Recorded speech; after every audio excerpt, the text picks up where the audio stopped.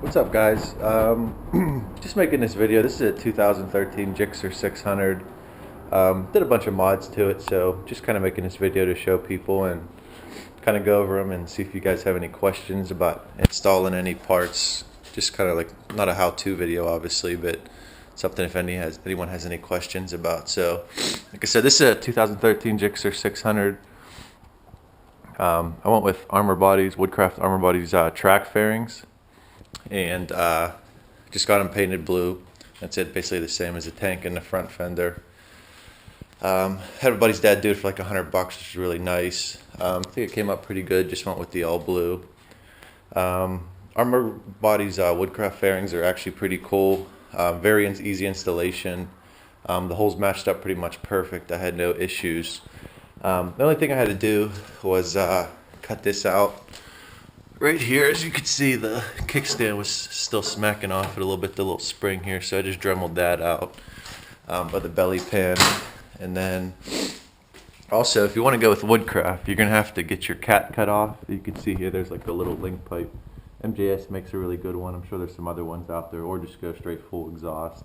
But with the cat there, it's not going to fit with the belly pan, so if you ever do want to order them, be careful of that. So I guess to start in front here, went with the Motion Pro throttle kit. That's really cool.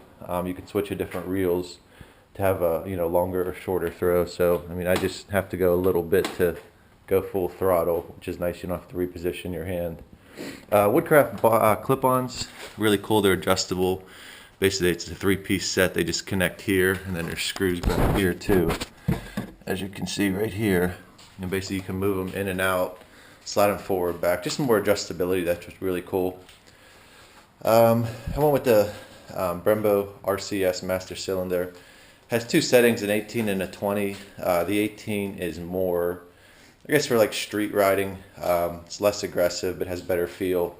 Then there's the 20 setting, which is like basically a race setting. So you just grab that thing and your brakes are locking up pretty good. So probably the best upgrade you could do for your brakes. Let alone rotors and steel braided brake lines. This definitely has made the biggest difference in braking so far. I just put it on. I got to test it out like once or twice on the street, but that's really about it. So I went with the Brembo master cylinder. I got this cool little Evotech front reservoir. It looks pretty good. It is what it is. Just holds your brake fluid.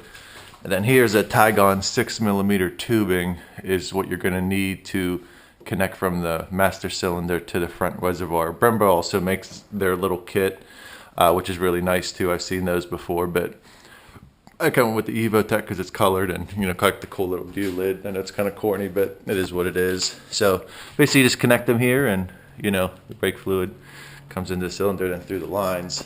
The sticker kit you can see on the bike is actually I got from Moto Inks. Just bought like a Yoshimura sticker kit. A couple other ones I added myself, so I kind of just like sticker bombed it. Make it look like a race bike. I do ride this on the street though too, so that's why I kind of made it street friendly. Light Tech mirror block off plates. Helps keeps the front end stable here too. You don't have to put them on. I guess it's more for looks, but you can see they connect with the stock bolts from your turn signals and your mirrors. Right in there if you can see it. And then I kind of rigged this front headlight, so I can somewhat have it street legal. It's not the best, but it does what it's supposed to. So you can see if it's on right there, and if it's too bright. Looks kind of cool, something different than standard Gixxer with the huge front headlight. Cormetto brake lines, put those on. What else? Pirelli SPV2 tires. These are really good if you want to do like aggressive street riding and you do some track days. Awesome tires. They're not very good in the wet, from what I hear. Haven't took them out in the rain yet, but pretty much they're useless, as there's no tread on the side here. But if you're looking for something that you like to do aggressive, canyon or street riding and some track days, these are definitely cool to use.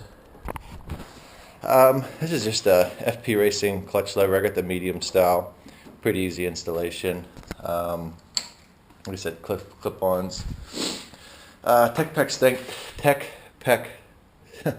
Tech Spec tank pad starts early in the morning. Give you a little better grip, the tank. These are the C3s. They're a softer material. I think it's the snakeskin I'd recommend. It's more like, more like a rubber. It's thicker, it's more durable.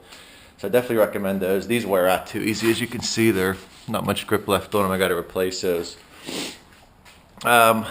Woodcraft frame sliders. These are the cuts.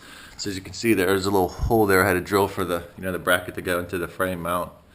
But that's pretty easy just to mock it up. Usually if you have like a Dremel, cut a small hole out and then just kind of make it bigger and bigger with the little wheel. Woodcraft case savers. These things are money. I think every rider should get those. You can see it's ground down here from when I wrecked last season in May, but that's the only thing that took a hit on the actual case. There's no scratches under there. So those JPR Woodcraft, J4 Race rear sets. These are, I guess they're kind of like knockoffs. They're not as good as like a Vortex or like a Driven, something in those lines, but they get the job done. You could get spare parts for them. It takes forever, but it is what it is. If I go down and wreck these, I'll probably get something like a Vortex or a Woodcraft, some more name brand that's a little bit more durable.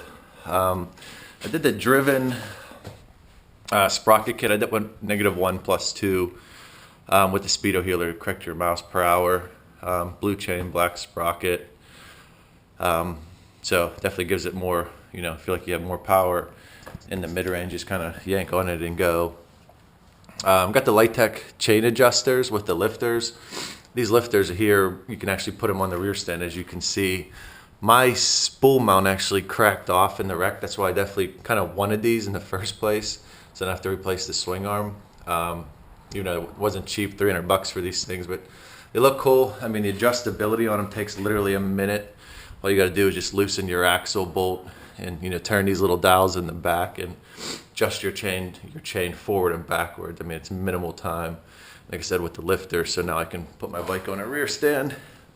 Got the bike wheels powder coated like a neon yellow, just something a little different. Here's my rear setup. This is somewhat legal too. So I have a brake light, and turn signals. All this is an LED strip above the license plate.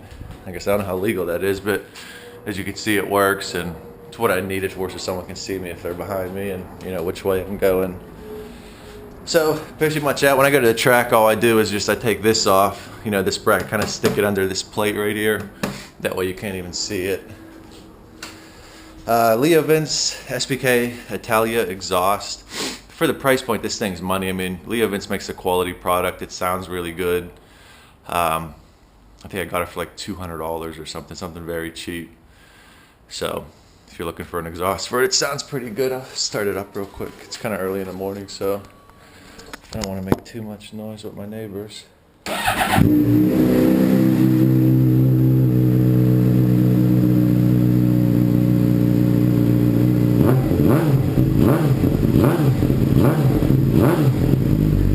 So it sounds pretty good, especially with the cat off. With the cat on, I mean, it didn't sound much louder than a stock exhaust, except for when you started getting on it. But once I cut that cat off, it really opened this exhaust up. Sounds pretty good. So I think that's most of the stuff. This is just an exhaust hanger. Took the passenger pegs off, just put that on. So like I said, if anyone has any questions, like I said, this was just kind of, check the bike out, see if you had any questions. If you plan on doing any mods to it, having some troubles with installations, let me know. I mean, I haven't done a crazy amount of stuff to it, but, if someone's newer or, has some questions, definitely let me know. Let me know how the bike looks. I think it looks pretty sweet now from what it did like in the stock. So hopefully I got some good pictures for you guys so you can check it out.